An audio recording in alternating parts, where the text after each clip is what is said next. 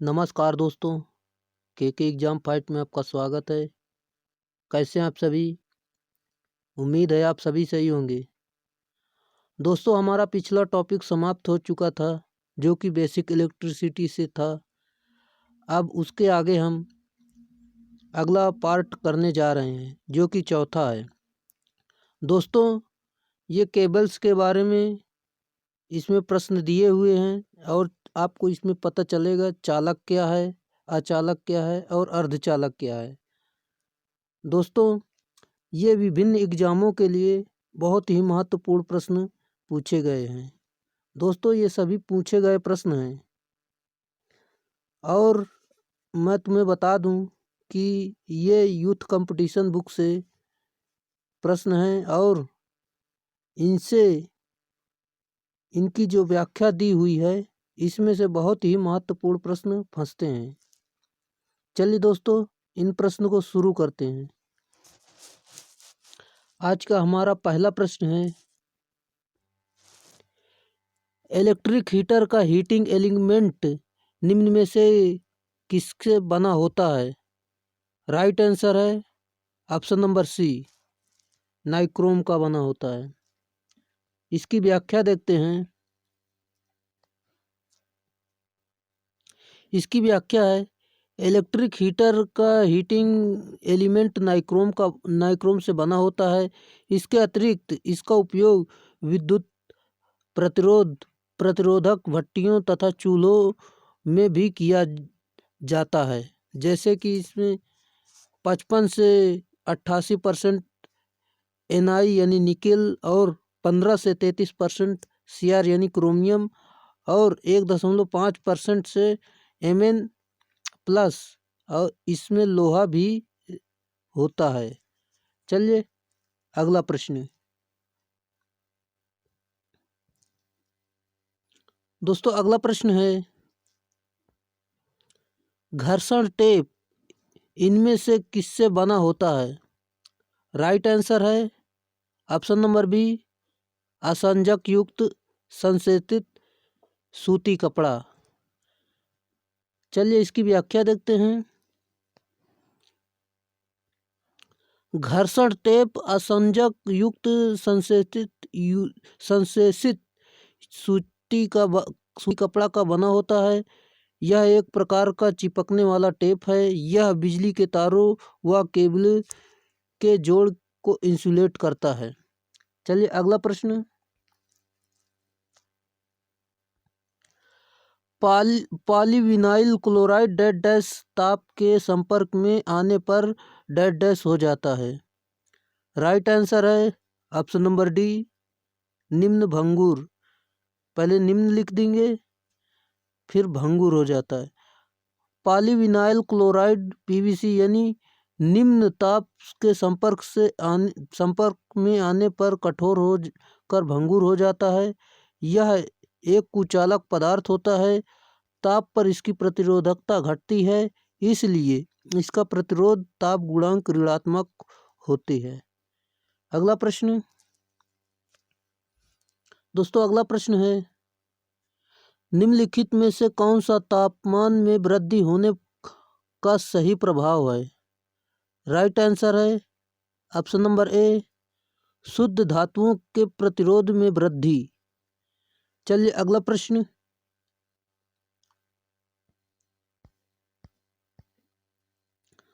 दोस्तों, इसकी व्याख्या है, तापमान में वृद्धि होने पर शुद्ध धातुओं के प्रतिरोध में वृद्धि होती है, इसलिए इसका प्रतिरोध ताप गुणांक धनात्मक होता है। अर्धचालक तथा कुचालक पदार्थ का ताप बढ़ाने पर प्रतिरोध घटता है, इसलिए इसका प्रतिरोध ताप गुणांक ऋणात्मक होता है। अगला प्रश्न। दोस्तों, अगला प्रश्न है, प्रतिरोधों के समांतर संयोजन का तुल्य प्रतिरोध कितना होता है? Right answer option number C, प्रतिरोधों में से निम्नतम मान वाले प्रतिरोध से कम। इसकी व्याख्या देखते हैं। प्रतिरोधों के समांतर संयोजन का तुल्य प्रतिरोध सभी जुड़े प्रतिरोधों में से निम्नतम वाले प्रतिरोध में से कम होती है, क्योंकि इसका आप फार्मूला देख सकते हैं समांतर क्रम में 1/R1 प्लस 1/R2 ऐसा दिया हुआ है।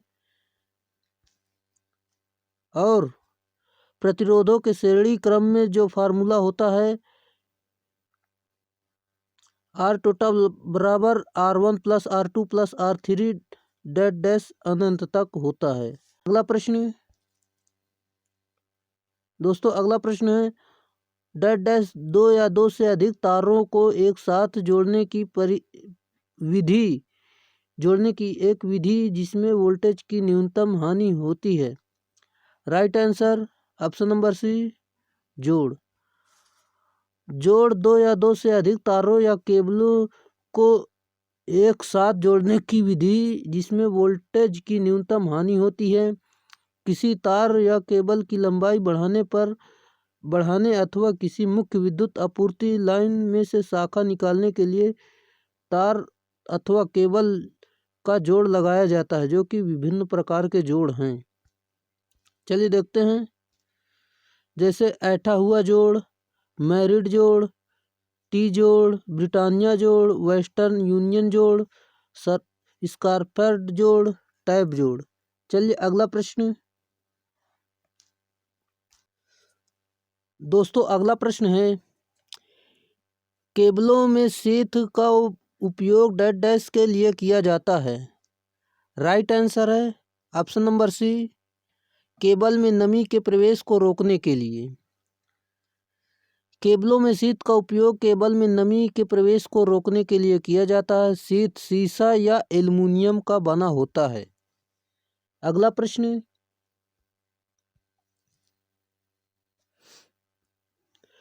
निम्नलिखित में से कौन सा गुण एक इंसुलेटिंग पदार्थ में नहीं होना चाहिए।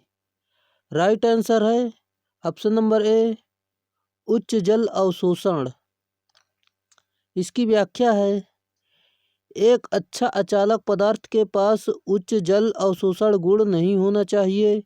अच्छे अचालक पदार्थों के निम्नलिखित गुण होने चाहिए, जैसा कि परावैद्युत सामर्थ्य उच्च होना चाहिए, अचालक पदार्थ नमी एवं जल से अप्रभावित रहना चाहिए, सुदृढ़ अर्थात मजबूत होना चाहिए, विशिष्ट प्रतिरोध 10⁻12 ओम इंटू सेंटीमीटर से अधिक होना चाहिए। अगला प्रश्न दोस्तों, अगला प्रश्न है केबलों की इंटरशीथ ग्राइंडिंग में डेट डैश परावैद्युत का उपयोग किया जाता है। Right answer option number D, सजाती। केबलों की इंटरशीथ ग्राइंडिंग में सजाती परावैद्युत का उपयोग किया जाता है। केबल में ग्राइंडिंग के इस विधि में सजाती परावैद्युत को केबल के कोर तथा विभिन्न इंटरशीथ के बीच रखा जाता है, जिससे केबल पर एक समान विभव प्रवणता प्राप्त होता है।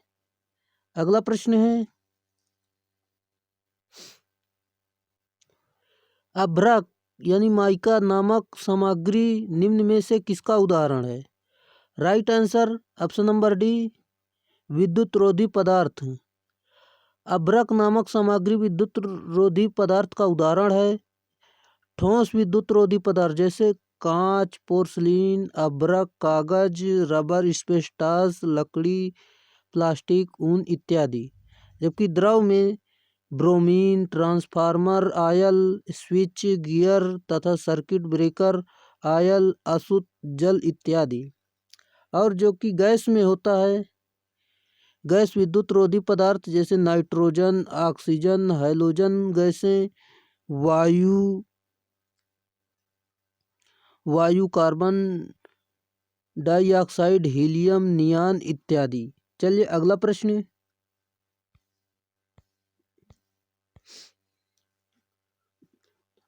प्रश्न है निम्न में से कौन सा पावर केबल का भाग नहीं है। राइट आंसर है भार। लोड पावर केबल का भाग नहीं है। चालक परावैद्युत आवरण, वेंडिंग, आर्मरिंग, सर्विंग सभी केबल के भाग होते हैं।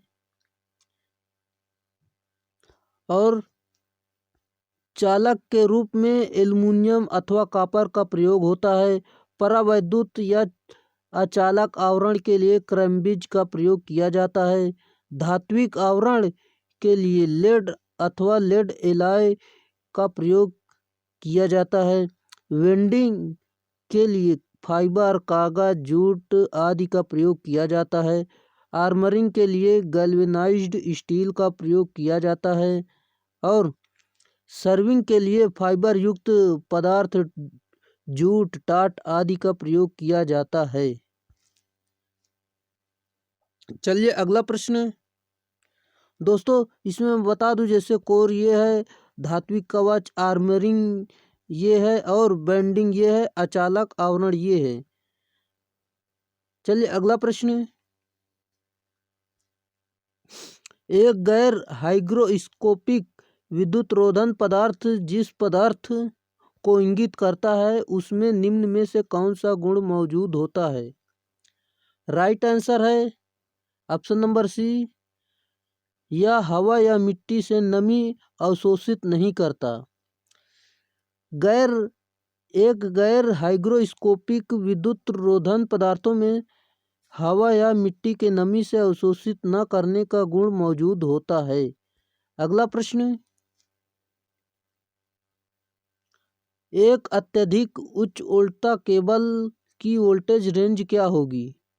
राइट आंसर है 33 किलोवोल्ट से 66% किलोवोल्ट तक। एक अत्यधिक उच्च वोल्टता केबल की वोल्टेज रेंज 33 किलोवोल्ट से 66 किलोवोल्ट तक होती है।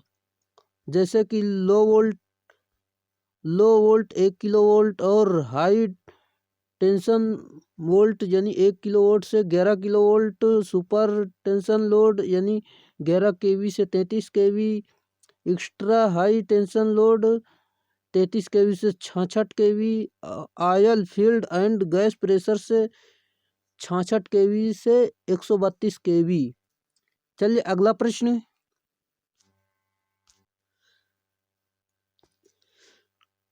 कवचन डैश के ऊपर का भाग होता है। राइट आंसर है बेंडिंग।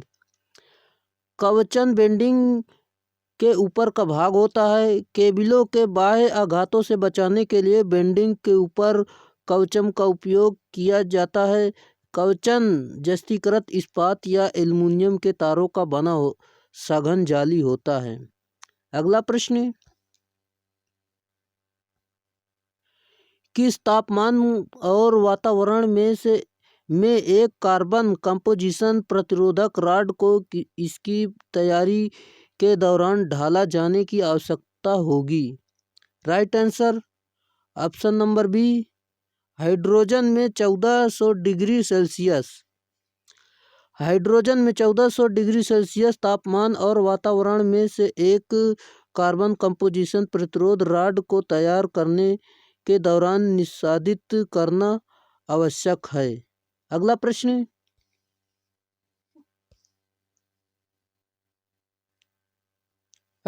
है, जब रेजिस्टेंस कलर कोड को 4 बैंड रेजिस्टेंस पर दाएं से बाएं पढ़ा जाता है तो डैश बैंड रेजिस्टेंस की सहिष्णुता मान देता है। राइट आंसर है प्रथम।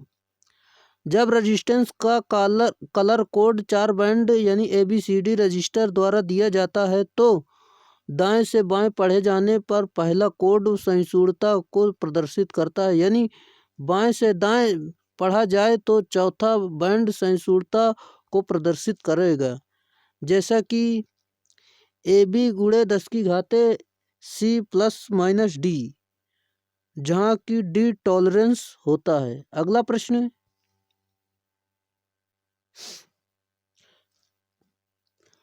निम्नलिखित में से किस प्रकार के तारों को रोमेक्स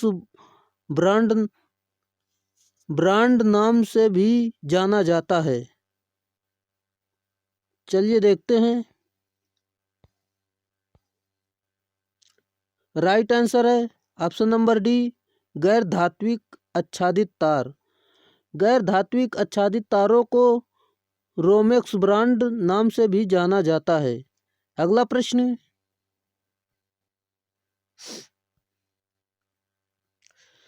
एक तार संश्लेषी बहुलक से बने रोधन से लेबल किया हुआ उच्च ऊष्मारोधी और गैसोलीन प्रतिरोध के लिए नायलॉन विलेपन युक्त तारों पर क्या लेबल होगा? Right answer option number C, XHHN। एक तार संश्लेषी बहुलक से बने रोधन से केबल लेबल किया हुआ उच्च ऊष्मारोधी और गैसोलीन प्रतिरोध के लिए नायलॉन विलेपन युक्त होता है, उन तारों पर XHHN लेबल लगा होता है। अगला प्रश्न, निम्नलिखित में से कौन सा विद्युत नाली ग्रीन फील्ड के नाम से भी जाना जाता है? Right answer flexible metal conduit. Flexible metal conduit को ग्रीन फील्ड के नाम से भी जाना जाता है। अगला प्रश्न,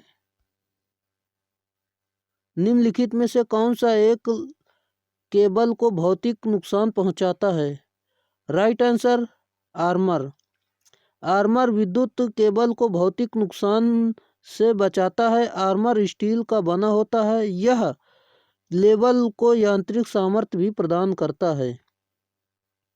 अगला प्रश्न, F इंसुलेटर का प्रतिबंधक तापमान है। Right answer option number D, 155 degree Celsius.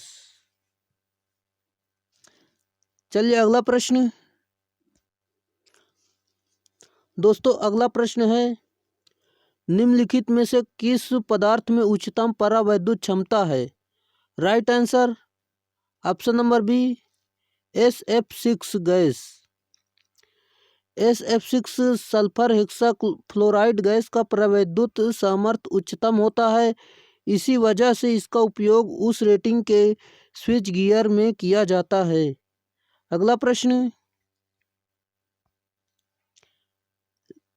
Cable की इंसुलेशन की प्रतिरोधकता तापक्रम बढ़ने पर, राइट आंसर है ऑप्शन नंबर डी, 4 घातांकी रूप से घटेगी।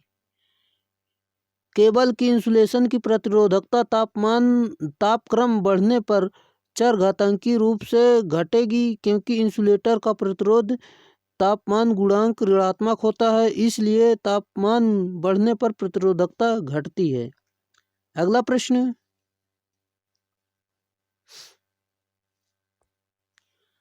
एकल कोर केबल में समानता प्रदान नहीं करते हैं। राइट आंसर है steel armouring. Single core cable में समानता स्टील आर्मरिंग प्रदान नहीं करते हैं। स्टील आर्मरिंग का प्रयोग मल्टी कोर केबल में किया जाता है। आर्मरिंग केबलों को बाह्य यांत्रिक आघातों से बचाता है। अगला प्रश्न, परावैद्युत पदार्थ होते हैं। Right answer कुचालक। परावैद्युत पदार्थ कुचालक होते हैं। जैसा कि दिया हुआ है, वायु का परावैद्युतांक 1.006 और बैकेलाइट का 4.5 से 5.5 तक। कांच का दिया हुआ 5.4 से 9.9 तक। अभ्रक 2.5 से 4.7 तक। कागज का परावैद्युतांक है 2 से 2.6 तक।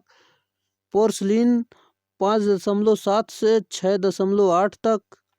निर्वात जो है 1 और अशुद्ध जल का परावैद्युतांक 0 होता है, यानी कुछ नहीं होता। अगला प्रश्न,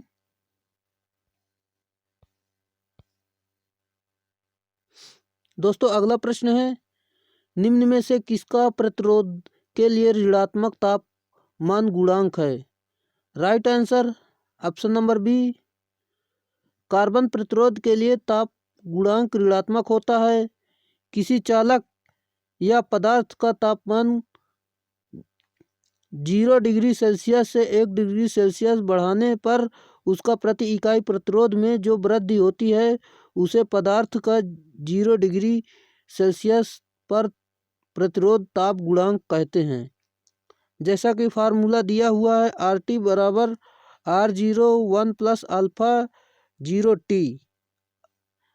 अल्फ़ा बराबर निकाल लेंगे हम RT माइनस R0 अपान R0T, जहाँ की R0 बराबर 0 डिग्री सेल्सियस तापमान पर प्रतिरोध और RT बराबर T डिग्री सेल्सियस तापमान प्रतिरोध। अल्फा 0T एक स्थिरांक है जिसे चालक का प्रतिरोध ताप गुणांक कहते हैं। इसका मात्रक डिग्री सेल्सियस होता है। प्रतिरोधी मतलब विद्युत रोधी पदार्थों तथा अर्धचालक पदार्थों का प्रतिरोध ताप बढ़ाने से घटता है, अर्थात विद्युत रोधी तथा अर्धचालक पदार्थों का प्रतिरोध ताप गुणांक ऋणात्मक होता है।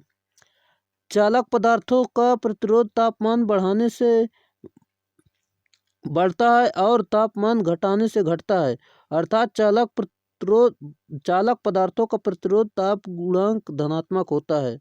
अगला प्रश्न है दोस्तों, रोधन पदार्थ में डैश डैश का होना आवश्यक है। Right answer option number D, उपयुक्त सभी, यानी निम्न परावैद्युतांक, उच्च प्रतिरोधकता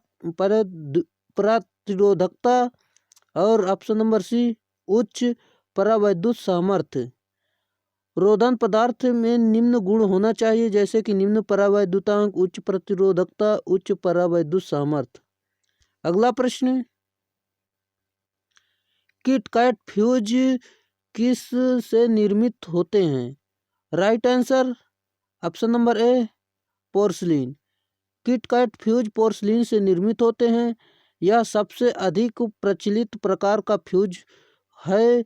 मकानों की अधिकतर 15 एम्पियर और कार्यशालाओं में 300 एम्पियर तक का प्रयोग किया जाता है। अगला प्रश्न, निम्न में से VIR का सही पूर्ण रूप है? Right answer option number C, vulcanised India rubber. VIR का पूरा नाम वल्कनाइज्ड इंडिया रबर होता है। इसका उपयोग केसिंग, कैपिंग, कंड्यूट, पाइप एवं अस्थायी प्रकार की वैद्युतिक वायरिंग के रूप में किया जाता है। अगला प्रश्न, दोस्तों आज के लिए इतना ही, फिर मिलेंगे नेक्स्ट वीडियो में। अगर आप चैनल पर नए हैं तो चैनल को सब्सक्राइब जरूर कर लें। प्लीज़ अगर वीडियो अच्छा लगा हो तो प्लीज़ इसे लाइक ज़रूर कर दें और अपने दोस्तों में शेयर ज़रूर करेंगे। आज की पूरा वीडियो देखने के लिए बहुत बहुत धन्यवाद। फिर मिलेंगे नेक्स्ट वीडियो में।